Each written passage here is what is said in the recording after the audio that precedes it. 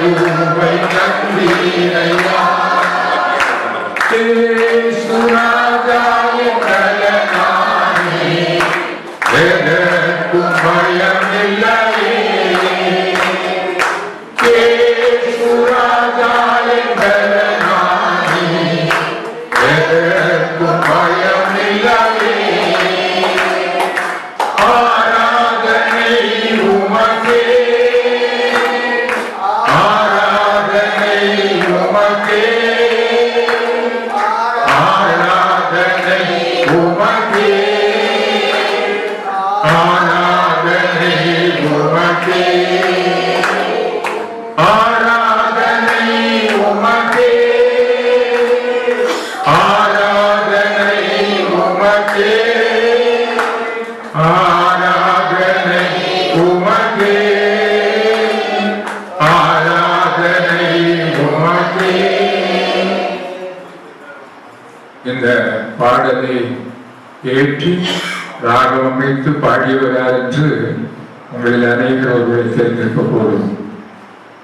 கோயில்பட்டியைச் சேர்ந்த ஊழியக்காரர் தேவ ஊழியக்காரர் கோமஸ் என்பவர் இந்த பாடலை ஏற்றி பாடியவர்.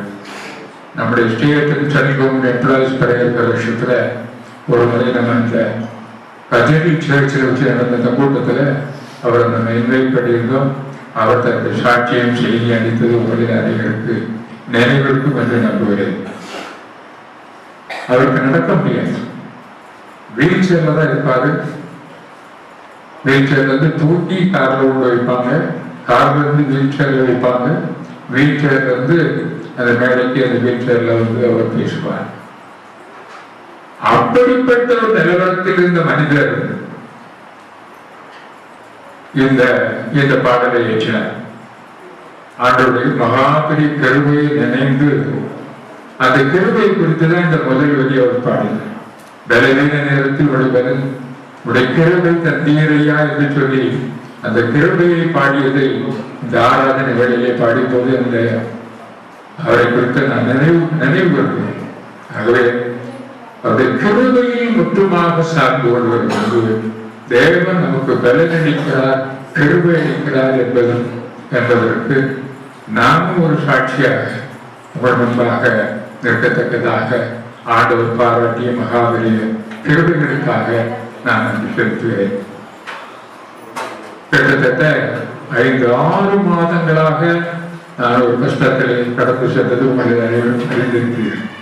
ஆகஸ்ட் மாதம் இறுதியிலிருந்து கிட்டத்தட்ட நவம்பர் மாதம் ஒரு கடினமான பாதையை நான் கடந்து சென்றேன். அதற்கு பிறகு ஆண்டவர் எனக்கு பெருமையாக என் படுக்கையை மாற்றி சிறிது நடக்கத்தக்கதாக என்னை சிறுபிள்ளையை போல பழக்கி வைத்து கால்களிலிருந்து தொடர்ந்து நான் சபை பண்ண அந்த காய்ச்சலினாலே நடக்க முடியாமல் இருந்ததெல்லாம் உங்களுக்கு தெரியும். நீங்கள் அநேகர் நேரில் இருந்து பார்த்தீர்கள், ஜெபம் பண்ணீங்க. எனக்கு அதெல்லாம் நினைக்கிற போது மிகுந்த மகிழ்ச்சி. என்னுடைய விசுவாசம் வந்து நான் அதிகமான கிளைம் பண்றதில்லை. ஏனென்றால் இது அனைத்தும் ஆண்டோடைய மகாபெரிய கிருபை. வேதத்திலே வாசிக்கிறோம், ஓடுகிறவனானவல்ல, விரும்புகிறவனானவல்ல, இறங்குகிற தேவனாலே ஆகும் என்று நாம் வேதத்திலே வாசிக்கிறோம். ஆகவே நம்முடைய பிரயாசங்கள், நம்முடைய முயற்சிகள், நம்முடைய விருப்பங்கள் எல்லாமே பயனளிப்பதில்லை. ஆனால் அவருடைய இலக்கம் மாத்திரம் பலனளிக்கிறதா இருக்கும். நான் ஏன் இதை சொல்கிறேன் என்றால், உங்களுடைய அநேகருடைய ஜெபத்தின் மொத்தமாக தேவனுடைய வார்த்தை பத்திரிகையுடைய லீடர்ஸ் அநேகத்தில் பேசியது கேள்விப்பட்டு எனக்கு அவங்களுடைய முகம் தெரியாது. ஆனாலும் வயது முதிர்ந்தவர்கள், இளைஞர்கள், அநேக பலதரப்பட்ட வயதில் இருந்தவர்கள் எனக்காக ஜெபித்ததாக இடத்திலே தெரியப்பட்டு எனக்கு ஒரு பெரிய ஆச்சரியமாக இருந்தது. எனக்கு ஒரு சந்தோஷம் இருந்தது.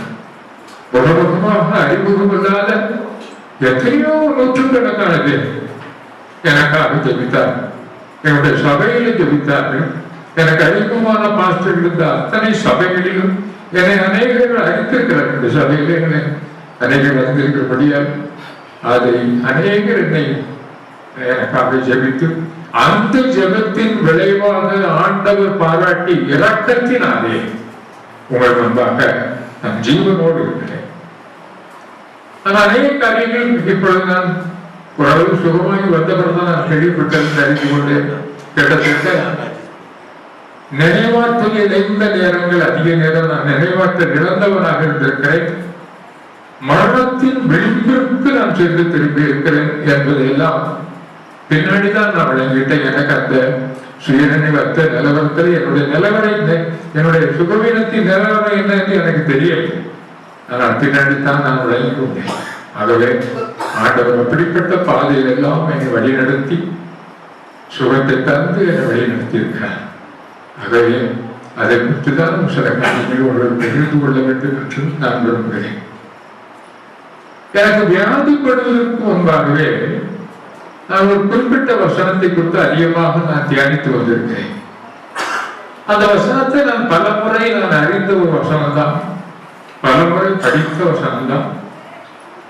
ஆனால் ஏன் மீண்டுமாக அந்த வசனத்தை வேறொரு கோணத்திலே ஆண்டவர் எனக்கு வெளிப்படுத்தி கொடுத்து அந்த வசனத்தை நான் தியானிக்கிறேன். 2 Corinthians 12ஆம் அதிகாரத்திலே எல்லோருக்கும் தெரிந்த வசனம் தான். பவுல் அவருடைய சரீரத்தில் ஒரு முள் கொடுக்கப்பட்டிருக்கிறார். அந்த முள் நீங்குவதற்காக, அந்த முள் தன்னை விட்டு விலக வேண்டும் என்பதற்காக 3 முறை நான் ஜெபம் பண்ணினேன் என்று சொல்லி அந்த 12ஆம் அதிகாரத்தில் நினைக்கிறேன். அன்றியும் எனக்கு வெளிப்படுத்தப்பட்டதற்குரிய மேன்மை நிமித்தம் நான் என்னை உயர்த்தாதபடிக்கு என் மாம்சத்திலே ஒரு முள் கொடுக்கப்பட்டிருக்கிறது. 12ஆம் அதிகாரம் 7ஆம் வசனம் 8ஆம் வசனம் படிக்கலாம். என்னை நான் உயர்த்தாதபடிக்கு அது என்னை குட்டும் சாத்தானுடைய தூதனாய் இருக்கிறது. அது என்னை விட்டு நீங்கும்படிக்கு நான் 3 தரம் கர்த்தரிடத்தில் வேண்டிக் கொண்டேன். அதற்கு அவர், என் கிருபை உனக்கு போதும், பலவீனத்திலே என் பலம் பூரணமாய் விளங்கும் என்றார். ஆகையால் கிறிஸ்துவின் வல்லமை என் மேல் தங்கும்படி என் பலவீனங்களை குறித்து நான் மிகவும் சந்தோஷமாய் மேலே பாராட்டுகிறேன். இந்த வேத பகுதியில் நான் பலமுறை நான் வாசித்திருக்கிறேன். ஆனால் நான் தியானிப்பதற்கு முன்பாக இந்த வசனத்தை நான் தியானித்தது மாத்திரமே என்னுடைய ஆபீஸ் ஸ்டாஃப் பிரேயர்லயே நான் இதை ஷேர் பண்ணியிருக்கிறேன். என்னுடைய தேவனுடைய வார்த்தை டைரக்டர் மிஸ்டர் ராஜேந்திரன் சுகவேனாமாக இருந்து டயாலிசிஸுக்காக மதர் ஹாஸ்பிட்டல் இருந்த சமயத்தில் அவர்கிட்டையும் இந்த காரியத்தை நான் தியானித்த இந்த வேத பகுதி அவர்கிட்ட நான் பகிர்ந்திருக்கிறேன். நான் இதை குறித்து தியானம் பண்ணுகிற போது ஆண்டவர் எனக்கு வெளிப்படுத்திய ஒரு காரியம் உண்டு. தன் சரீரத்தில் முள் நீக்கப்பட வேண்டும் என்று ஜெபிக்கிறார். ஆனால் ஆண்டவர் அதுக்கு ஒரு பாசிட்டிவ் ஆன்சர் கொடுக்கல. சரி, உன்னை சுகப்படுத்தினேன், என்னுடைய ஊழியத்தை நல்லபடி செய்யுன்னு சொல்லி சுகப்படுத்தல.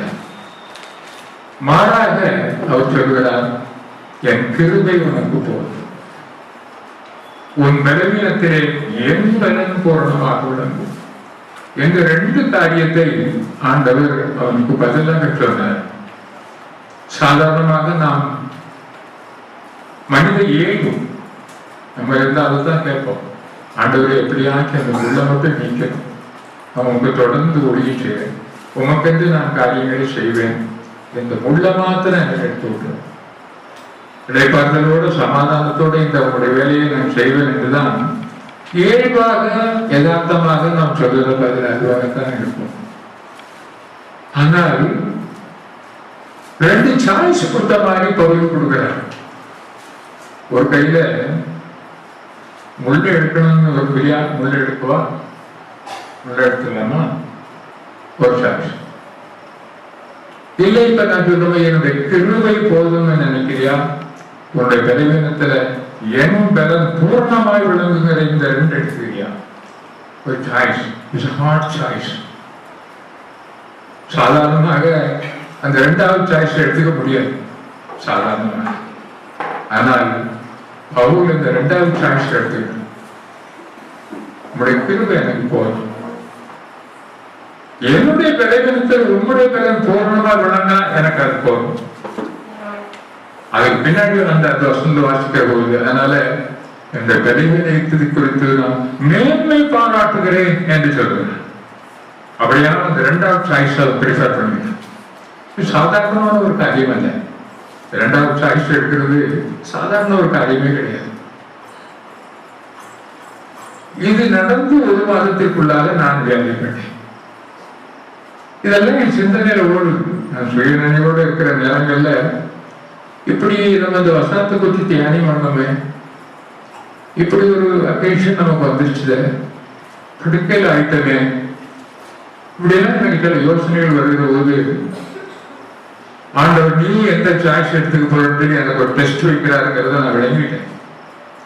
நீ எந்த சாய்ஸ் எடுக்க போற ஒரு கேள்விக்குறி எனக்கு முன்பாக நின்று கொண்டே இருக்கிறது. எனக்கு அதை உடனடியாக பதில் சொல்ல முடியாத ஒரு கஷ்டமான நேரம். எழுப்பி நடக்க முடியல. எந்த சாய்ஸ் எடுத்து 2வது சாய்ஸ் எடுத்துக்கிறாந்தா இப்ப படுக்கையில் இருக்கிறதா, எழுப்பி நடமாட முடியாதா, அந்த முள்ளு தொடரணுமா, என்றதும் எனக்கு பவுல் அந்த பலவீனத்திலே நான் மேன்மை பாராட்டுகிறேன் என்று சொல்கிறான். எப்படி சொல்றோம்? இதெல்லாம் என்னுடைய சிந்தையில ஓடிக்கொண்டிருந்த ஒரு முக்கியமான காரியம். நான் அப்பொழுது சுயநினைவோடு நான் அந்த பதிலை சொன்னேன். ஆண்டவரே, உங்களுடைய கிருபை எனக்கு போதும். என்னுடைய பலவீனத்திலே உங்களுடைய பலம் தோரணமா விளங்குமானால் அந்த கிருபையை கொண்டு உங்களுடைய பலனை கொண்டு எனக்கு எல்லாவற்றையும் செய்ய எனக்கு பலன் தருகிறேன் என்று நான் நிச்சயமாக விசுவாசிக்கிறேன். என்னை பலப்படுத்துகிற கிறிஸ்துவனாலே எனக்கு எல்லாவற்றையும் செய்ய எனக்கு பலன் உண்டு. அப்படியே ஒரு பலன் தான் எனக்கு எல்லாமே செய்ய முடியுமே. அப்ப இது ஒரு பொருட்டு அல்ல. ஆண்டவர் இந்த 2வது சாய்ஸ் எடுத்தார். இது வந்து தீர்மானம். ஆனால் அதை மேன்மை பாராட்டுகிற முடியல. என்னட்டா நான் படுக்கல இருக்கிறேன். அதை மேன்மை பாராட்ட எனக்கு முடியல. என்னுடைய பலவீனங்கள் தொடர்கிறது. சுயநினைவற்ற நிலவரங்களுக்கெல்லாம் போயிருக்கிறார். உழைப்பனாய நம்பிக்கையற்ற நிலவரத்துல எல்லாம் மற்றவர்கள் சொல்லுவதை நான் அதிகிறேன். சுயநினைவு வந்தா கூட அவருடைய நினைவாற்றல் இருக்குமா இல்லையா என்று சந்தேகத்தில் இருக்கக்கூடிய இடங்கள் எல்லாம் இருந்திருக்கிறது.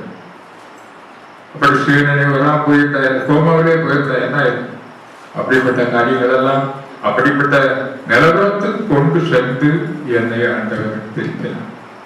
ஆனாலும் இந்த கேள்வி எனக்கு இருந்து கொண்டு ஆண்டவர் நான் பதில் சொல்லி கிருபை போதும்னு சொல்லிட்டேன், உங்களுடைய பலன் எனக்கு போதும்னு சொல்லிட்டேன். ஆனால் என்ன நீடிக்கிறது? ஏன் என்ன நீடிக்கணும்? என்ன என்னை எழுப்பி விட்டுலாமே. ஆண்டவர் என்னை எழுப்பி விடும், என்னை நடக்க வையும். ஒரு முடவனை போல் படுக்கையை நான் முடங்கி கிடக்கிறேனே என்ற ஒரு நிலவரத்தை எல்லாம் நான் சிந்தித்து பாருங்க. இதற்கப்புறம் தான் ஆண்டவர் எனக்கு, நான் இதை சொல்ல வேண்டுமானால், வசனங்களோடு என்னை இடைப்பட்ட ஒரு காலம் என்று சொன்னால் அது இந்த வியாதியாக இருந்த ஒரு காலம் தான். லூக்காஸ் 22ஆம் அதிகாரத்தினுடைய 31, 32 வசனங்களை நான் அதிகமாக தியானித்த பகுதிதான். ஆனாலும் அதை மீண்டும் அதை பார்க்க வேண்டிய சில காரியங்களை எனக்கு சுட்டிக்காட்டிய காரியத்தை தான் நான் பகிர்ந்து கொள்ள விரும்புகிறேன். லூக்காஸ் 22ஆம் அதிகாரம் 31, 32.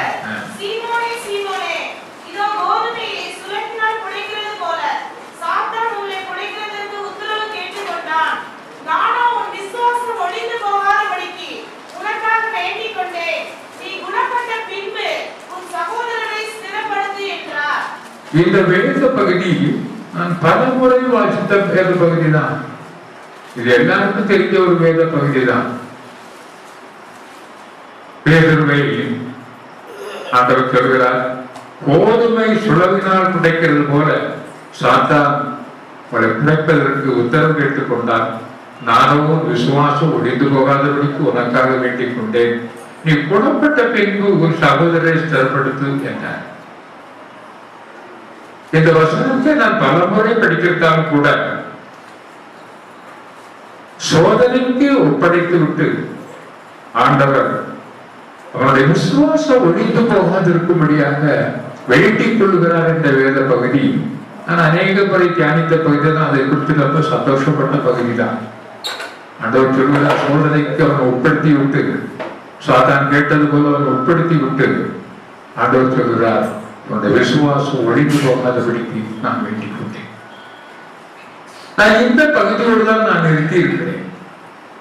அதற்கு அடுத்து உள்ள அந்த அதே வசனத்துல அந்த பின்பகுதியை நான் தியானித்ததே இல்லை. பின்பகுதியை தியானித்ததே இல்லை.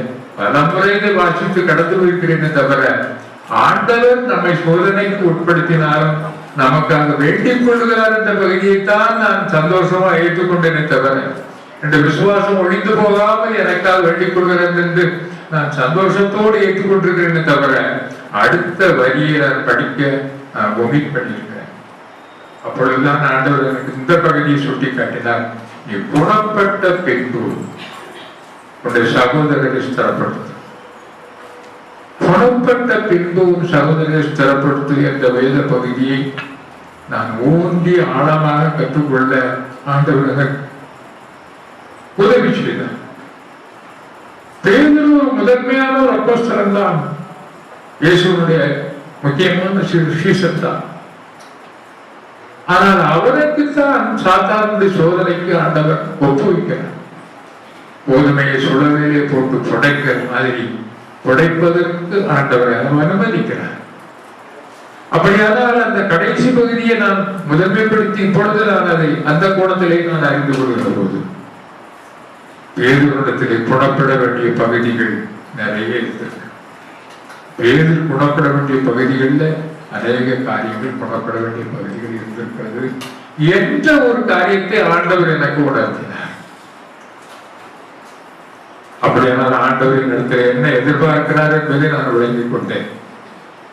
நான் குணப்பட வேண்டிய பகுதியும் உண்டு என்பதை எனக்கு சுட்டி காட்டுகிறார். நீ குணப்பட்ட பின்பு ஒரு சகோதரரை ஸ்திரப்படுத்து. ஆண்டவருக்கு நாம் ஊழியம் செய்கிறோம். எழுத்தின் மூலமாக வார்த்தைகளை பகிர்ந்து கொள்வதன் மூலமாக ஆண்டவருக்கு நம்ம அறிகளை செய்கிறோம். ஆனால் ஆண்டவர் இன்னும் இடத்திலே குறையுண்டு என்பதை சுட்டி காட்டுகிறார்.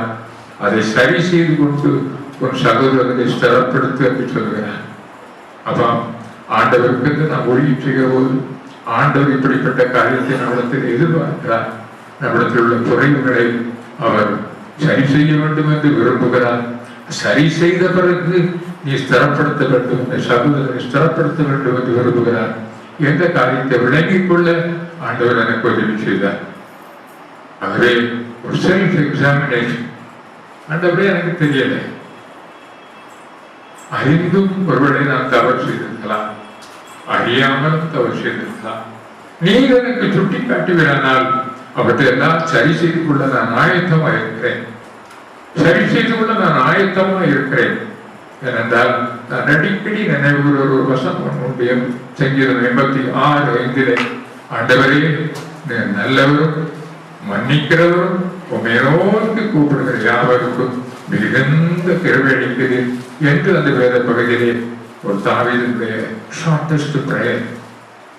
அந்த மன்னிக்கிறவர் நான் கொடுத்த பாரம்பரியம் சொன்னேன். எனக்கு நினைவு மன்னிக்கிறவர் என்று சொல்கிற இடத்துல இந்த வசனத்தை படி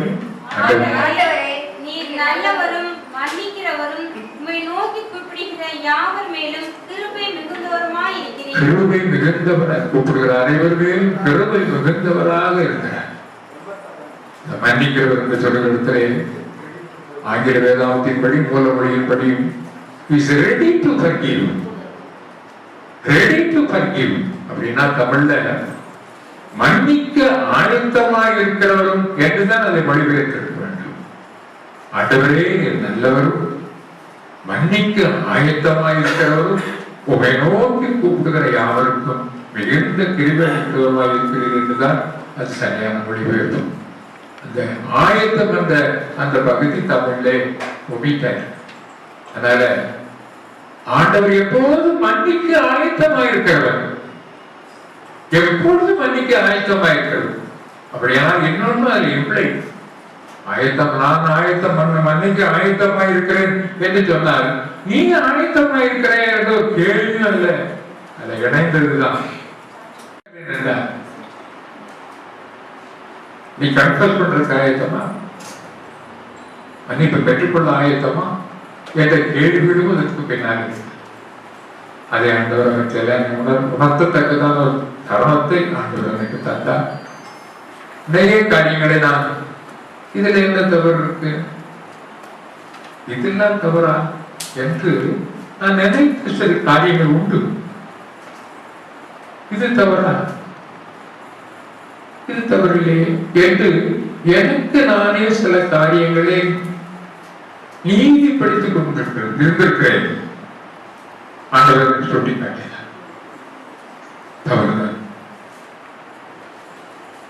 நான் நினைத்த மாதிரி அல்ல, அது தவறுதான். நான் இப்படி நினைத்தது தவறுதான், இப்படி ஒரு நினைவு இடத்தில் இருந்து தவறுதான் என்பதை உணர்த்தப்பட்டு நான் அவரிடத்தில் அறிக்கை செய்து ஆண்டவரிடத்திலே மன்னிப்பை பெற்றுக்கொள்ள எனக்கு ஒரு தருணத்தை ஆண்டவர் தந்தேன். நான் உபத்திரப்பட்டது நல்லது, அதனால் உடைய பிரமாணங்களை நான் கற்றுக்கொண்டு எனக்கு தாவீது சொல்வது போல இப்படிப்பட்ட நெருக்கங்களின் வழியாக கூட நம்மை கொண்டு சென்று சில வேளைகள் மற்றவர்கள் நினைக்கிறோட ஏன் இவருக்கு இப்படி வந்து, ஏன் இவருக்கு விடுது என்று பல பேரோட யோசிச்சிருக்கல. நம்மளே எனக்கு ஆண்டவர் எனக்கே என்று கூட நான் கேள்வி கேட்டிருக்கிறேன். மற்றவர்களுக்கும் அதே கேள்வி வந்திருக்கும், ஏன் இவருக்கு இந்த பாடுகள் எதை நினைத்திருக்க கூடும். ஆனால் அந்த பாடுகளின் வழியாக தேவன் நம்மை வேறுவை சுழவிலே போட்டு புடைக்கிறது சொன்னால் மணிகள் ஒரு பக்கம் வரும், அசடுகள் எல்லாம் இன்னொரு பக்கம் போகும். ஆகவே ஒரு பெரிய சுத்திகரிப்பின் வேலை அந்த சுழவுல போட்டு புடைக்கிறதுல அப்படிப்பட்ட ஒரு பெரிய சுத்திகரிப்பின் வேலை நடக்கிறது. அந்த வேலையை ஆண்டவரின் இடத்திலே எனக்கு குறைகளை நீக்கத்தக்க ஆண்டவர் செய்தார். நான் எனக்கு ஒரு பிசியோதெரபி எனக்கு எக்ஸசைஸ் எல்லாம் சொல்லிக் கொடுத்தார். எக்ஸசைஸ் மூலமாக ஒரு மாதம் எனக்கு எக்ஸசைஸ் கொடுத்தார். நானே அதை செய்து கொள்கிறேன். சிம்பிள் எக்ஸசைஸ் தான் நானே பண்ணிக்கிறேன்னு சொன்னேன். அதை நான் செய்தேன். ஆண்டவர் பெரிய கிருபையாக அந்த பயிற்சியின் மூலமாக கொஞ்சம் நடக்கும், படியில ஏறவும் ஓரளவு எனக்கு உதவி செய்தார். அதை பயிற்சி மிக்க ஆண்டவர் எனக்கு அது நடக்கவும் சாயங்காலம் கொஞ்சம் வாக்கிங் போறதுக்கும் ஆண்டவர் பெரிய தயவு பாராட்டினார். ஒருவேளை நான் எழுந்திருக்க முடியாத நிலவரங்கள் ஏற்பட்டிருக்கும், ஆனால் அது கற்பனை செய்து பார்க்க முடியாத பல காரியங்களை நாம் சந்தித்து புலம்ப வேண்டியது. ஆனால் கிருபை நிறைந்த தேவன் எனக்கு இரக்கம் பாராட்டினார். என்னுடைய விசுவாசம் பெரியது என்று நான் சொல்லுவேன். விசுவாசம் ஒரு பகுதிதான். ஆண்டவர் எனக்கு சுகத்தை தருவார் என்ற ஒரு விசுவாசம் தான் எப்போதும் அடிக்கடி நான் சுகமாக இருந்த நேரத்திலே அதிகமாக இந்த இதயத்திலே கொண்டு வந்த வார்த்தை, எனக்காக கர்த்தர் எனக்காக யாவையும் செய்து முடிப்பார். ஏனென்றால் கர்த்தருடைய கிருபை என்று உள்ளது. நான் எப்பொழுதும் அந்த கிருபையை தான் நான் சார்ந்து எப்பொழுதும் என்னுடைய காரியங்கள் அனைத்தும் அவருடைய கிருபையில் சார்ந்து கொள்ளத்தக்கதாக ஆண்டவர் எப்பொழுது நான் அண்டிக்கொண்டோ அந்த அண்டிக்கொண்ட காலம் தொடங்கி இன்று வரைக்கும் நான் அவருடைய கிருபை மாத்திரம் தான் சார்ந்து வருவேன். என்னுடைய வீட்டுல தைகரேசன் சொல்லிதான் ஒரு போர்டு வச்சு, வீட்டினுடைய பெயர் தைகரேசன். என்னுடைய வாகனத்துல இந்த கார்ல பாத்தீங்கன்னா ஃப்ரண்ட்ல தைகரேசன் தான் போட்டு. ஆகவே அனைத்தும் அவருடைய கிருபை, எல்லாம் அவருடைய கிருபை. அவருடைய கிருபையிலே மாத்திரம் நான் சார்ந்து கொண்டு ஆண்டவரே உம்மால் எல்லாம் செய்ய முடியும், எனக்காக யாவையும் செய்து முடிப்பேன், ஏனென்றால் உங்களுடைய கிருபை என்று உள்ளது. உங்களுடைய கிருபை என்று உள்ளது. அந்த எனக்காக யாவை செய்து முடிப்பார் என்ற வார்த்தையோடு தாவீது முடித்து விடவில்லை. அது ஏனென்றால் வார்த்தை சேர்த்தோம்னா தான் அது சரியா வரும். கர்த்தர் எனக்காக யாவையும் செய்து முடிப்பார், ஏனென்றால் அவருடைய கிருபை என்று உள்ளது. அதுக்கு முடிவு கிடையாது. அவருடைய கிருபைக்கு முடிவில்லை, அவருடைய கிருபைக்கு எல்லை இல்லை. அவருடைய கிருபையை குறித்து தாவீது சொல்லுகிற போது 103ஆம் சங்கீதத்தில் வாசிக்கிறோம், பூமிக்கு வானம் எவ்வளவு உயர்ந்திருக்கிறதோ அவ்வளவாய் கர்த்தருக்கு பயந்தவர்களே அவருடைய கிருபை அவ்வளவு பெரியதா இருக்கிறது என்று தாவீது சொல்கிறார். தயவுசெய்து வசனத்தை அவருக்கு பயப்படுகிறவர்கள் மேல் அவருடைய கிருபையும் அவ்வளவு பெரிதாய் இருக்கிறது. கிருபை அவ்வளவு பெரியதா இருக்கு. தாவீது இந்த வசனத்தை எழுதுகிற காலத்துல வானத்துக்கும் பூமிக்கும் எவ்வளவு உயரம் கண்டுபிடிக்க முடியாது. அதனாலதான் அந்த உயர்வை இதுக்கு ஒப்பிட்டு சொல்கிறார். அது இன்றைக்கும் கண்டுபிடிக்கப்படவில்லை. ஆகவே அந்த வார்த்தை இன்றும் செல்லும், இன்றும் பொருந்தும். பெரிய விஞ்ஞானிகள் எவ்வளவு கண்டுபிடிப்புகள் இருந்தாலும் கூட இன்றைக்கும் பூமிக்கு வானம் எவ்வளவு உயரம் என்ற உயரத்தை இன்றும் விஞ்ஞானிகளால் அளவிட முடியாத ஒரு அளவு. அந்த அளவு வரை தாவீது சொல்கிறார், பூமிக்கு வானம் எவ்வளவு இருந்திருக்கிறதோ அவ்வளவா இவருக்கு பயந்தவர்களுடைய கிருபை இருக்கிறது என்று சொல்கிறார். கிழக்கிற்கும் மேற்கிற்கும் எவ்வளவு தூரமோ அவ்வளவு தூரமாக இந்த பாவங்களை எல்லாம் அவர் விலக்கி போட்டார் என்று சொல்கிறார். கிழக்குக்கு மேற்கும் எவ்வளவு தூரம் இன்றைக்கும் தெரியாது. ஆகவே அப்படி நம்முடைய பாவங்களை எல்லாம் நீக்கி அவருடைய கிருபையாய் நம்மை தாங்கி நம்மை வழிநடத்துகிற ஒரு தெய்வத்தை நாம் சார்ந்திருக்கிறோம். ஆகவே கிருபையில் சார்ந்து கொள்ள நாம் கற்றுக்கொண்டோமானால், கிருபையில் சார்ந்து கொள்ள நாம் கற்றுக்கொண்டோமானால் கட்டாயம் ஆண்டவர் நம்மை பொறுப்படுத்துகிறார். என்னொருவரை நாம் சார்ந்திருக்க வேண்டிய அவசியம் இல்லை. நான் அவருடைய மருத்துவரை நாடாமல், மருந்து மாத்திரை எடுக்காமல் இருந்திருக்கிறேன் என்று சொன்னால் இந்த கிருபையில் சார்ந்து கொண்டது நிமித்தமாக எனக்கு ஆண்டவர் நிச்சயத்தை தந்தார். நான் கடந்த காலத்தில் 1999 எனக்கு ஒரு ஹார்ட் அட்டாக் வந்தது. உங்களுக்கு எல்லாம் நினைத்த நான் பலமுறை நான் உங்களுக்கு பகிர்ந்து கொண்ட காரியம் தான் நினைவுபடுத்த விரும்புகிறேன். ஒரு 5 மணி நேரம் என்னுடைய ஹார்ட் ஒரு கிரஷிங் பெயின். நான் அதை ஒப்பிட்டு சொல்ல வேண்டும் என்றால், சாலை ஒருத்தர் கரும்புச்சாறு விடுகிறவனுடைய கை, அந்த சாலை கரும்பு போற இடத்துல கை உள்ள போயிட்டுன்னா எப்படிப்பட்ட ஒரு வேதனை அனுபவிப்பானோ அப்படிப்பட்ட ஒரு வேதனை என்னுடைய இருதயத்திலே நான் அனுபவித்துக் கொண்டிருந்தேன். எல்லோரும் ஜெபித்துக் கொண்டிருந்தார். என்னுடைய வீடு என்னுடைய சேர்ச்சிக்கு பக்கமாக இருக்கிறதால அங்குள்ள ஊழியக்காரர்கள், சகோதரிகள், பாஸ்டர், எனக்கு அறிமுகமான நண்பர்கள் எவ்வளவு பேரும் முழங்கால் என்று ஜெபித்தார்கள். ஆண்டவர் எனக்கு இறக்கம் பாராட்டினார். என்னுடைய எல்லாம் நான் கையை பார்க்க என்னுடைய நம்ம செட்டின் ஆயிடுச்சு. என்னுடைய சரீரத்துல ஒரு நம்ம செட்டின் ஆயிடுச்சு. லாஸ்ட் மினிட் போல எனக்கே தோணுது. ஆனாலும் கர்த்தர் எனக்கு அவ்வப்போது அவருடைய வார்த்தைகளை எனக்கு கொடுத்து அந்த வார்த்தையை கொண்டு என்னை நடத்தினார். தாவீது சொல்கிறது போல, நான் மரண இருளின் பள்ளத்தாக்கில் வந்தாலும் தொழில்நுட்பத்துக்கு பயப்படுகிறேன். தேவரீர் என்னோட கூட இருக்கிற இந்த வசனத்தை என்னுடைய காதில் ஒலிப்பது போன்ற சத்தத்தை நான் கேட்டேன். அந்த நேரத்திலே அப்படியெல்லாம் நானே பயப்பட வேண்டும். தேவரீர் என்னோடு கூட இருக்கிறேன். நான் மரித்தாலும் என்னோடு நான் உன்னோடு கூட இருக்க போகிறேன். நான் உயிரிழந்தால் நீர் என்னோடு கூட இருக்க போகிறேன். என்னை நிச்சயம் எனக்கு வந்ததுனால அந்த வேதனைகளை சகித்துக் கொள்ளத்தக்கதான கிருபையை ஆண்டவர் எனக்கு தந்தார். அப்படிதான் நான் சொல்றேன். அந்த கிருபையை எனக்கு தந்தார். என்னுடைய நண்பர், என்னுடைய பேட்ச்மேட் அந்தோணிசாமி டிஎஸ்பி, அவர் ஒரு டாக்டரை கூட்டிட்டு வந்திருந்தார். அவருடைய பிரஷர் பார்த்துட்டு சொன்னார், இந்த மனைவியை வெளியே கூட்டிட்டு போய் இரண்டாவது at any moment he may collapse. அவர் மரித்துக் கொண்டு இருக்கிறார். எந்த நேரத்திலும் ஜீவன் போயிடும். உங்க விசுவாச பரீட்சை எல்லாம் அவர் வேணும்னா நீங்க விசுவாச பரீட்சை இதுல போய் பார்க்காதீங்க. அவர் அப்படிப்பட்ட நிலவரத்தில் இருக்கிறார். நீங்க உடனடியா ஒரு மருத்துவமனை கொண்டு போங்க. இல்ல நீங்க விரும்பினா நான் அந்த எக்யூப்மெண்ட்ஸ் எல்லாம் இங்கே கொண்டு வந்து நான் செய்யறேன்னு சொன்னார். இல்ல வேண்டாம், என்னுடைய மனைவியும் சொல்லிவிட்டேன்.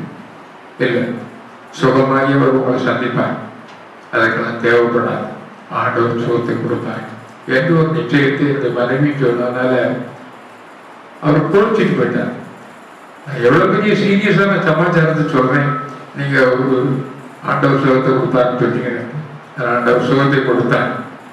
அதே டாக்டர் அப்பல்லோ ஹாஸ்பிட்டல்ல மருத்துவமனையில அவருக்கு ஹார்ட் அட்டாக் வந்து சில ஆண்டுகளுக்கு பிறகு எனக்கு தகவல் சொல்லி அனுப்பியிருந்தேன். சரி, வந்து பார்க்க சொல்லுங்க, நான் அவரை பார்க்க விரும்புகிறேன் என்று சொல்லியிருந்தேன். நான் அவரை போய் பார்த்தேன். அவர் ஹிந்து. அதெல்லாம் நம்ம ஜெபிச்சோம்னா என்ன நினைக்கிறாருன்னு நினைச்சுட்டு நான் ஜெபிக்கல. ஆனா மனசுக்குள்ள ஜெபித்துக்கிட்டே இருந்தேன். ஜெபிச்சுட்டு நான் திரும்ப நேரத்தில் ஐயா நீங்க ஜெபம் பண்ணுங்க, எனக்காக ஜெபம் பண்ணுங்கன்னு சொன்னேன். நான் அவருக்காக ஜெபம் பண்ணேன்.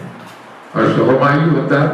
ஆனால் சில வாதங்களுக்காக அவர் இறந்து போயிட்டார். அப்படி சிலரெல்லாம் நான் அட்டன் பண்ணேன். அதனால ஆண்டவர் ஆச்சரியமான சுகத்தை ஆண்டவர் கொடுத்தார். மருத்துவர்களுடைய ஆப்சர்வேஷனுக்கெல்லாம் அப்பாற்பட்டு ஆண்டவர் அப்படிப்பட்ட சுகத்தை ஆண்டவர் நமக்கு தருகிறார். வேதத்தில் வாசிக்கிறோம். யாக்கோபு அப்போஸ்தலனுடைய புத்தகத்தில் வாசிக்கிற போது கடைசி அதிகாரத்தில் விசுவாசமுள்ள ஜெபம் பிணியாளியை ரட்சிக்கும், கர்த்தர் அவனை எழுப்புவார். விசுவாசமுள்ள ஜெபம் பிணியாளியை ரட்சிக்கும், கர்த்தர் அவனை எழுப்புவார். கர்த்தர் எழுப்புகிறார். நம்முடைய விசுவாசம் தான் தேவை. நம்முடைய விசுவாசத்தை பயிற்சிவிக்க வேண்டும். ஒரு முறை இருக்கிற போது லீகோஸ்ன்னு சொல்லி ஒரு பிரேசல் ஒன்று ஆரம்பித்தார். அதை நடத்த முடியல, இடையில அது நின்று போச்சுது. அதுக்கப்புறம் தான் நம்முடைய போலீஸ் பிரேசல் ஆரம்பிச்சது. அப்ப என்னுடைய ஒரு அந்த சுகவீனத்திலிருந்து நான் மீண்டு வந்த சமயம் அவர் இடத்துல கேட்டேன், ஏன் நீங்க மெடிசன் எடுக்கல?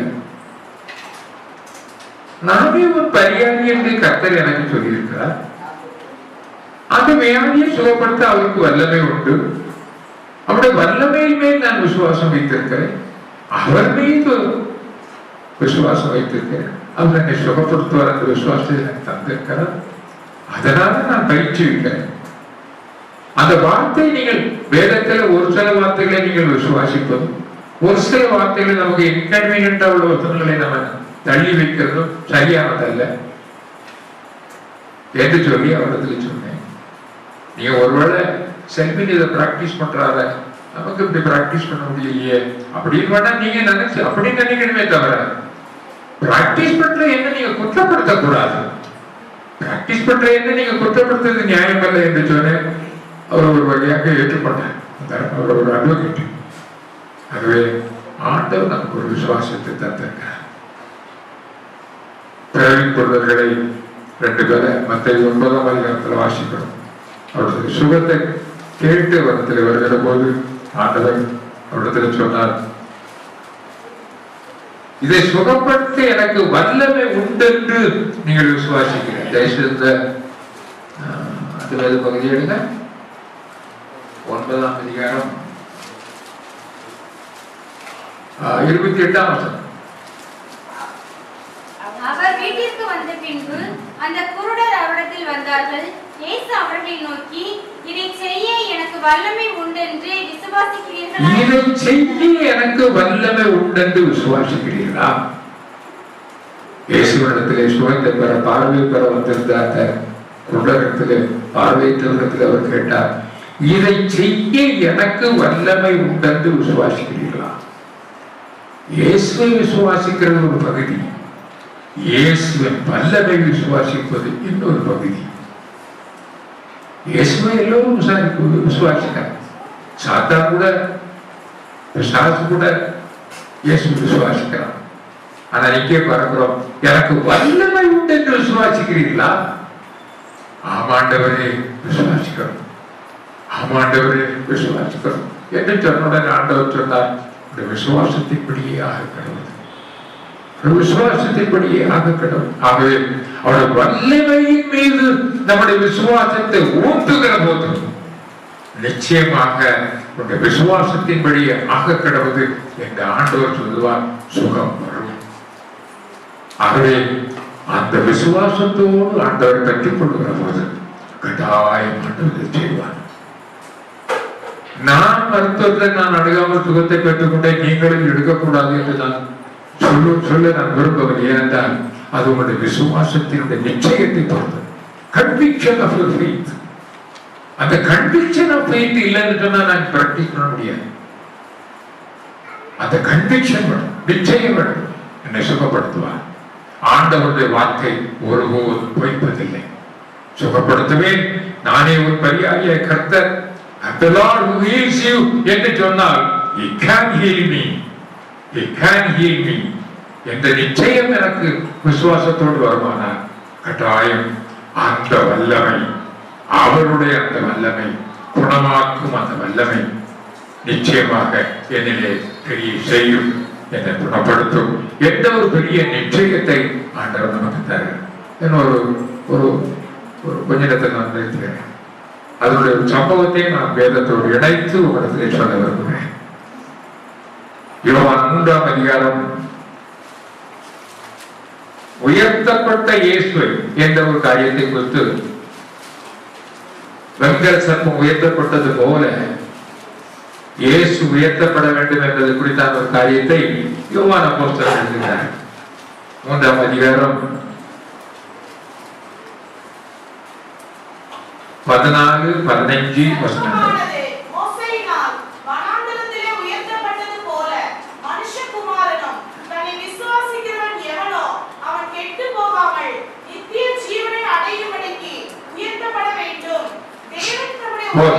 சர்ப்பமானது மோசேயினால் வனாந்தரத்தில் உயர்த்தப்பட்டது போல மனுஷகுமாரனும் உயர்த்தப்பட வேண்டும் என்ற ஒரு பகுதியை இந்த வேத பகுதியில் வாசிக்கிறோம். இதுக்கு தொடர்பான அந்த பகுதி, வெண்கல சர்ப்பம் உயர்த்தப்பட்ட பகுதி, என்னாகும் 21ஆம் அதிகாரம் 8-9 வசனங்கள்ல வாசிக்கிறோம். தயவுசெய்து என்னாகும் 21:8-9 வசனங்களை படிங்க. அப்பொழுது கர்த்தர் மோசேயை நோக்கி, நீ ஒரு கொள்ளிவாய் சர்ப்பத்தின் உருவத்தை செய்து அதை ஒரு கம்பத்தின் மேல் தூக்கி வை. கடிக்கப்பட்டவன் எவனோ அவன் அதை நோக்கி பார்த்தால் பிழைப்பான் என்றார். அப்படியே மோசே ஒரு வெண்கல சர்ப்பத்தை உண்டாக்கி அதை ஒரு கம்பத்தின் மேல் தூக்கி வைத்தான். சர்ப்பம் ஒருவனை கடித்த போது அவன் அந்த வெண்கல சர்ப்பத்தை நோக்கி பார்த்து பிழைப்பான். இங்க ஒரு பகுதியை வாசிக்கிறோம்.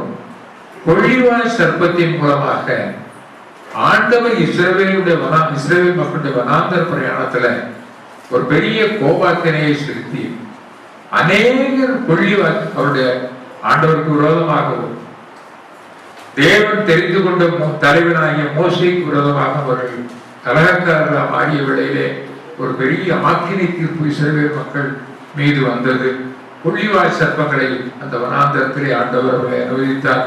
அநேக செத்தார்கள் என்று அந்த அதிகாரத்தில் அந்த வசனத்துக்கு உள்ள பகுதியில நம்ம வாசிக்கிறோம். அநேகர் செத்த பிறகுதான் அவர்கள் உணர்வடைந்தார்கள், நாம் இப்படி பேசியிருக்க கூடாது, அந்த மோசைக்கு விரோதமா பேசியிருக்க கூடாது, ஆண்டோட திட்டத்திற்கு விரோதமா பேசியிருக்க கூடாது என்ற உணர்வடைந்தவர்களாக எங்களுக்காக நீர் விண்ணப்பம் செய்யும். இந்த வானில் இருக்கட்டும், வெளிவாய் பிசாசு வெளிவாய் சர்ப்பத்தின் மூலமாக நாங்கள் அழிந்து போகாதிருக்க எங்களுக்காக விண்ணப்பம் பண்ணும் என்று சொல்லி அடுத்த வேத பகுதியில் நாம் வாசித்த அந்த அதிகாரத்தில்.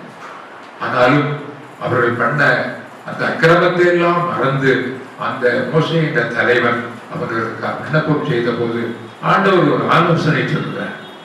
நீ ஒரு கொள்ளிவாய் சர்ப்பத்தினுடைய உருவத்தை வெண்கலத்தில் செய்து ஒரு கம்பத்திலே உயர்த்தி நிறுத்து என்று சொல்லி ஆண்டவர் சொன்னார். அதை நோக்கி பார்த்தவன் பிழைப்பான், அதை நோக்கி பார்த்தவன் பிழைப்பான் என்று சொல்லி ஆண்டவர் சொல்லி அதை செய்ய சொன்னார். மோசே அதற்கு கீழ்ப்படிந்து ஒரு வெண்கல சர்ப்பத்தை ஆயத்தம் செய்து கம்பத்திலே நிறுத்தி உயரத்திலே அதை நிறுத்தினார். மக்களுக்கு சொன்னார். அதெல்லாம் அநேக காரியங்கள் சொல்லப்படாத சில காரியங்கள் இருக்கிறதா நான் சொன்னேன். அப்பொழுது இந்த கொள்ளிவாய் சர்ப்பம் கடிக்கப்பட்டு மரணத்துக்காக துடித்துக் கொண்டிருக்கிறவர்கள் இந்த வெண்கல சர்ப்பத்தை, உயர்த்தப்பட்ட வெண்கல சர்ப்பத்தை நோக்கி பார்த்தால் அவன் பிழைப்பான். பிழைத்தார்கள். அடுத்த வசனத்துல அந்த 8வது வசனத்துல வாசிக்கிற போது 9வது வசனத்துல வாசி பிழைப்பான் என்ற வார்த்தை தான் இருக்கு. ஆனால் மூல பாஷையில பிழைத்தார்கள் என்றுதான். பிழைத்தார்கள், நோக்கி பார்த்தவர்கள் பிழைத்தார்கள் என்று இருக்கிறது. ஆகவே அநேகர் இந்த கொள்ளிவாய் சர்ப்பத்தின் உருவத்தை பார்த்து ஆண்டவரின் சொன்னபடி நோக்கி பார்த்தவர்கள் பிழைத்தார்கள். இதே காரியத்தான் யோவான் அப்போஸ்தலன் உயர்த்தப்பட்ட இயேசுவுக்கு ஒப்பிட்டு இந்த காரியத்தை சொல்கிறார். அந்த பகுதியை தான் நம்ம முன்னாடி பிடிச்சோம். உயர்த்தப்பட்ட இயேசு எங்கே உயர்த்தப்பட்டார்? சிலுவையிலே உயர்த்தப்பட்டார். அந்த சிலுவையிலே உயர்த்தப்பட்ட இயேசு நோய்களுக்காகவும் நம்முடைய நோய்களை அவர் சிலுவையிலே சுமந்தார். பாவங்களை சுமந்தது போல நோய்களையும் சுமந்தார் என்று மத்தேயு 8ஆம் அதிகாரத்துல 17ஆம் வசனத்துல நம்ம வாசிக்கிறோம். 17ஆம் வசனம் படிங்க. மத்தேயு அவர் தாமே நம்முடைய பலவீனங்களை ஏற்றுக்கொண்டு நம்முடைய நோய்களை சுமந்தார் என்று ஏசாயா தீர்க்கதரிசியினால் உரைக்கப்பட்டது நிறைவேறும்படி இப்படி நடந்தது. ஆகவே நம்முடைய நோய்களையும் அவர் ஏற்றுக்கொண்டார். அந்த விசுவாசத்தோடு ஆண்டவர் சொல்லி இருக்கிறார், கொள்ளிவாய் சர்ப்பத்தின் உருவத்தை கம்பத்தில் உயர்த்தப்பட்ட அந்த சர்ப்பத்தை நோக்கி பார்த்தால் பிழைப்பான் என்று ஆண்டவர் சொன்னார். அப்படியானால் பிழைப்பான். ஆகவே நோக்கி பார்த்தவர் பிழைத்தார். அதே போல நம்முடைய நோய்களை அவர் சுமந்தார், சிலுவையில் உயர்த்தப்பட்டார் என்ற தீர்க்க தரிசனம் அந்த சம்பவத்தை பிணைத்து சொல்லி நோய்களை சுமந்து அதை தீர்த்தார். தீர்க்க தரிசன வார்த்தை நிறைவேற்றி என்று இந்த 8ஆம் அதிகாரத்திலே அந்த மத்தேயு 9:17 வாசிக்கிறோம். ஆகவே நோயுற்றவர்கள், ஆண்டவரே என்னுடைய நோயை நீ சுமந்திருக்கிறீர், இனி நான் சுமக்க தேவையில்லை, நீ என்னுடைய நோயை சிலுவையில் சுமந்து சுகப்படுத்தியிருக்கிறேன் என்று சொல்லி எந்த விசுவாசத்தோடு அந்த சிலுவையை நோக்கி பார்க்கிற போது, சிலுவையில் உயர்த்தப்பட்ட இயேசுவை நோக்கி பார்க்கிற போது அந்த விசுவாசம் ஒரு வல்லமையை கொண்டு வருகிறது. அந்த வல்லமை நம்மை சுகப்படுத்துகிறது. அவர்கள் யோவான் அப்போஸ்தலன் உயர்த்தப்பட்ட இயேசுவை நோக்கி பார்க்க வேண்டும் என்று சொல்கிறார். அப்படியானால் இங்கே சுகத்தை குறித்து சொல்லவில்லை என்று ஒருவேளை நாம் நினைக்கக்கூடும். ஆனால் அங்கே பார்க்கிறோம், நோக்கி பார்த்தவர்கள் பிழைத்தார்கள் என்று சொன்னால் அந்த நேரத்தில் அவங்க ஜீவன் கிடைத்தது. ஆனால் இயேசுவை நோக்கி பார்க்கிற போது நோயிலிருந்து உள்ள விடுதலை அந்த சுகம் மாத்திரமல்ல, அந்த சுகம் மாத்திரமல்ல, நித்திய ஜீவன் உண்டு என்று இந்த வேதவசனத்தை நாம் வாசித்தோம். அவர்கள் நித்திய ஜீவன் உண்டு. அந்த நேரத்துக்கு சுகத்தை பெற்றுக் கொள்வது மாத்திரமல்ல, அந்த அதை ஒப்பிட்டு சொல்லுகிற போது இவரிடத்திலே நோக்கி பார்க்கிற போது வியாதி மாத்திரமல்ல, நித்திய ஜீவனை அடைவீர்கள் என்று அந்த 16ஆம் வசனம் படிக்க யோவான் 3:14.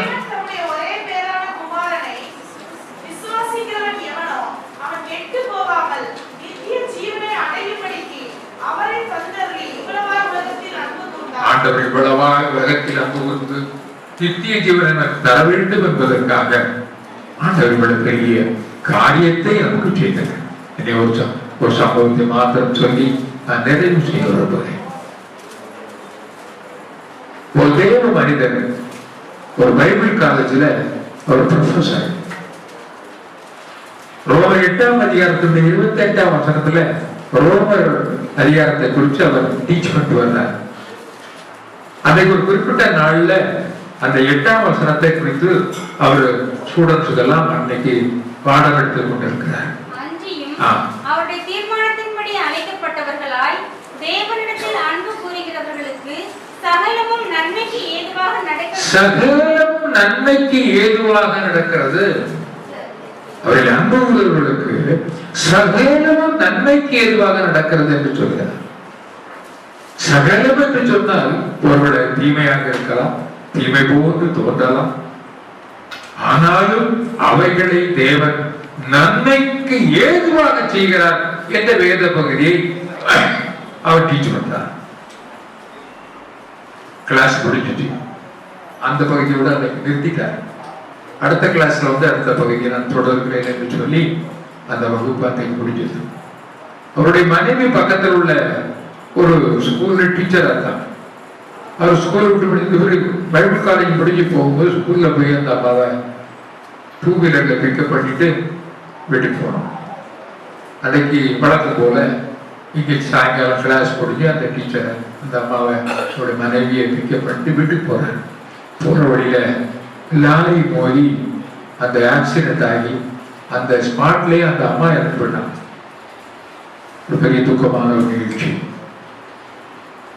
ஒரு மாதம் கழித்து விடுமுறை முடிந்து அங்குள்ள காரியங்கள் எல்லாம் முடித்து விட்டு ஒரு மாதம் விடுமுறை எடுத்துட்டு கிளாஸுக்கு வருவார். வேதாகம கல்லூரியில் டீச் பண்ணணும். இந்த வேத பகுதியை தொடர வேண்டும். 8ஆம் அதிகாரத்தினுடைய 28ஆம் வசனத்தை தொடரணும். மாணவர்களுக்கெல்லாம் ஒரு பெரிய அன்சைட்டி. இவர் என்ன சொல்ல போகிறார்? அன்னைக்கு கிளாஸ் முடிக்கிற போது சகலமும் நன்மைக்கு ஏதுவாக நடக்கிறதுன்னு சொல்லி இந்த காரியத்தை முடித்தார். இன்றைக்கு இவர் என்ன சொல்ல போகிறார்? மனைவி இறந்துட்டாங்க, அந்த டீச் பண்ணிட்டு போன இன்றைக்கு இப்போ என்ன சொல்ல போகிறார் என்ற ஒரு எதிர்பார்ப்போடு அந்த மாணவர்கள் இருக்கிறார்கள். அந்த எதிர்பார்ப்பையும் அவர் விளங்கிக் கொண்டார். மாணவர்கள் நம்மிடத்துல என்ன எதிர்பார்க்கிறார்கள் என்பதையும் அவர் விளங்கிக் கொண்டார். அவர் சொன்னார், this verse still holds good because God never makes a mistake. God never makes a mistake என்று சொல்லி ஆண்டவர் அந்த அந்த ப்ரொஃபஸர் சொன்னார். நான் இந்த வசனம் இன்றும் எனக்கு பொருந்தும். இன்றும் இந்த வசனத்தை நான் விசுவாசிக்கிறேன். ஏனென்றால் கர்த்தருடைய பகுதியிலே ஒரு நாளும் தவறு செய்கிறவர் he never makes a mistake என்று சொல்லி அன்றைக்கு வகுப்பை தொடங்கினார். ஆகவே ஒருவேளை நமக்கு அது ஏன் அனுமதித்தார் தெரியாமல் இருக்காரா? எல்லா காரியத்தையும் தேவன் நமக்கு கற்றுத் தருவதில்லை. இப்படி செய்ய போகிறேன், உனக்கு இப்படி இருக்கும், சகலத்தை நமக்கு சொல்லுகிறதில்லை. நமக்கு அது விளக்காததால் தான் சில சமயங்கள் மனச்சஞ்சல். பிரசங்கி 8ஆம் அதிகாரத்தினுடைய 6ஆம் வசனம் நினைக்கிறேன், எல்லா காரியத்துக்கும் காலமும் நியாயமும் உண்டு. ஆகவே மனிதருக்கு ஏற்படும் சஞ்சலம் மிகுதி என்று பிரசங்கி சொல்லுகிற ஒரு காரியத்தை வாசிக்கிறோம். ஒரு நியாயமும் உண்டு என்று சொல்லுகிறார். ஒரு ஜஸ்டிபிகேஷன் வச்சிருக்கிறார். அது என்ன ஜஸ்டிபிகேஷன்? எனக்கு ஒரு நியாயம் வந்திருக்கிறது, அவற்றில் என்ன ஜஸ்டிபிகேஷன்? ஒருவருடைய மரணத்தில் என்ன ஜஸ்டிபிகேஷன் தெரியாது, நமக்கு தெரியாது. ஆகவேதான் மனிதர்களுக்கு ஏற்படும் சஞ்சலம் மிகுதி என்று சாலமோன் ஞானி சொல்லுகிறது என்று வாசிக்கிறோம். ஆகவே ஒருவேளை கொஞ்ச நாள் கழித்து தெரியலாம், நீண்ட நாள் கழித்து தெரியலாம், தெரியாமலே போகலாம். ஏன் ஆண்டவர் எனக்கு இப்படி அனுபவித்தாரு தெரியாமலே போகலாம். என்னுடைய பாஸ்டர் ஒரு சீனியர் பாஸ்டர் டி.யு. தாமஸ் சொல்லி அவர் இறந்துபட்டு ஒரு நாள் பிரசங்கத்தில் மதுரையில் நடந்த ஒரு கன்வென்ஷன்ல சொல்றது எனக்கு இன்னும் நினைவு இருக்கிறது. ஒருவேளை உங்களுக்கு தெரியாம, ஆனால் நீங்கள் ஆண்டவருடைய சமூகத்தில் ஒரு நாள் போயிட்டு இருக்கிற போது ஆண்டவர் ஏன் இந்த காரியத்தை எனக்கு அனுமதித்தார் என்பதும் அதில் இத்தனை நன்மைகள் பின்னாடி இருக்கிற என்பதை அன்று விளங்கிக் கொள்வீர்கள் என்று சொன்னார். அதுதான் உண்மை, அதுதான் உண்மை. ஏன் அனுமதித்தார்களுக்கு பதில் பின்னாடிதான் ஒருவனுக்கு கிடைக்கும்.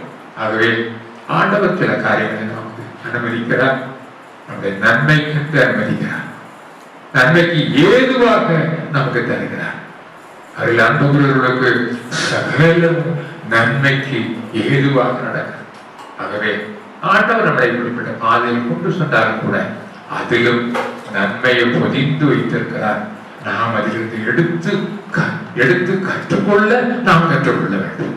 ஆகவே இப்படிப்பட்ட காரியங்களை ஆண்டவர் எனக்கு அனுமதித்தார், நன்மைக்கு ஏதுவாக எனக்கு அனுமதித்தார். உபத்திரங்கள் வழியாக நடத்தி சென்றார். அவருடைய பிரமாணங்களை கற்றுக்கொள்ள ஆண்டவர் எனக்கு உதவி செய்தார்.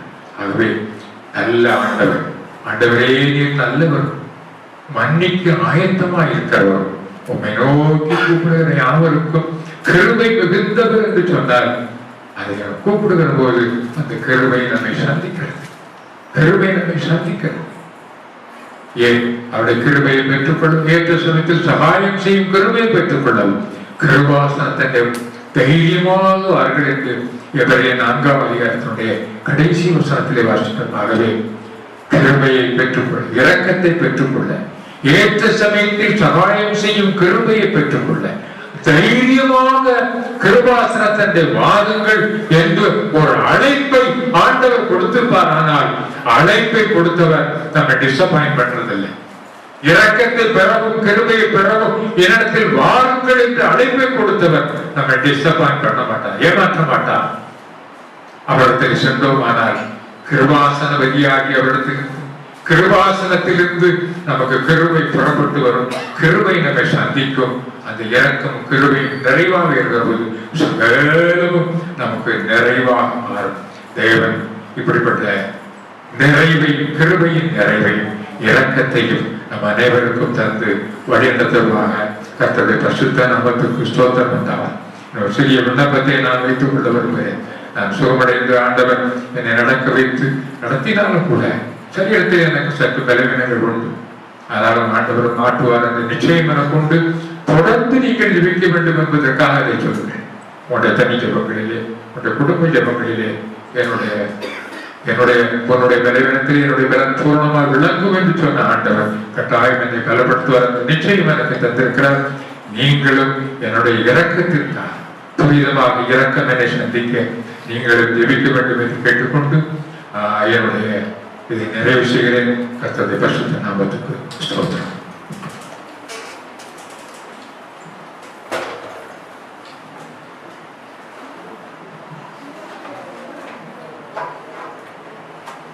ஒரே ஒரு வேண்டுகோள், நம்முடைய பத்திரிகை தேவ கரத்தின் நிலன் பத்திரிகையில் யாருக்கெல்லாம் வேணுமோ அவங்க உங்களோட விலாசத்தை என்கிட்ட கொடுத்துட்டு போனால் அவங்களுக்கு அனுப்பிச்சி வைக்கப்படும். என்னிடமும் இருக்கு, ராஜ்குமார்கிட்ட இருக்கு.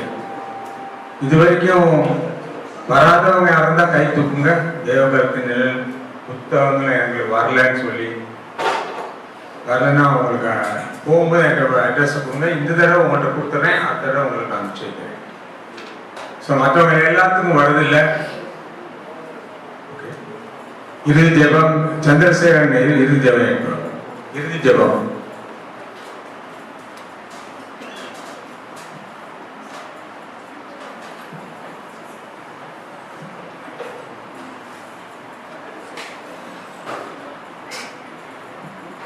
கண்களை மூடி சிந்திப்போம்.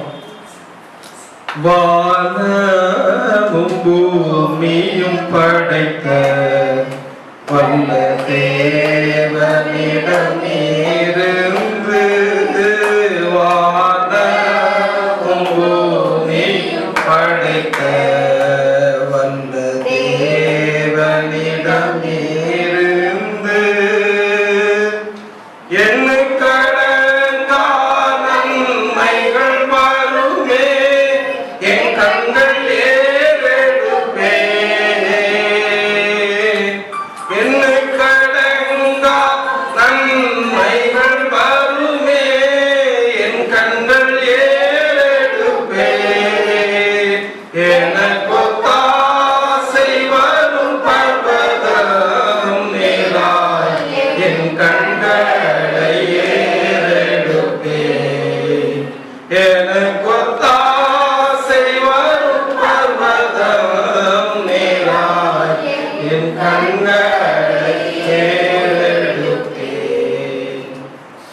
வானத்தையும் பூமியும் உண்டாக்கி சர்வலோகத்தையும் தன்னுடைய ஒரே கரத்தினாலே ஆளுகை செய்து வருகிற எங்கள் பரமபிதாவே, ஐயா, இப்போது இந்த மாலை வேளையில அப்பா நீ குணப்பட்டு உன் சகோதரனை ஸ்திரப்படுத்து என்று சொன்ன வார்த்தையின்படி ஆவியானவரே நீர் இன்றைக்கு எங்களுக்குள்ள உயிருள்ள சாட்சியை தேவன் இங்கே நிறுத்தியிருப்பதற்காக ஸ்தோத்திரம் ஐயா.